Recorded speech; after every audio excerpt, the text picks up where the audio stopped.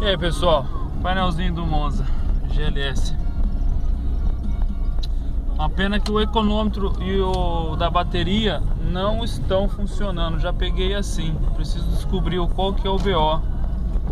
Mas o painel, troquei a iluminação dele, tá com a iluminação original, estavam queimados só.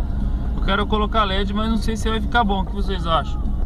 Somzinho original da GM, na verdade do Astra.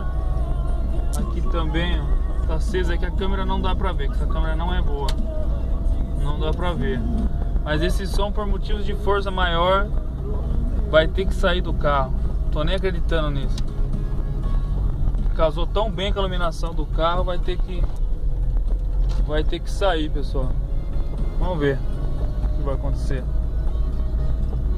Então, já tá tudo ok, na verdade. Leitura também, ó, funcionando. Tudo legal. Beleza, rapaziada? Forte abraço pra vocês, viu?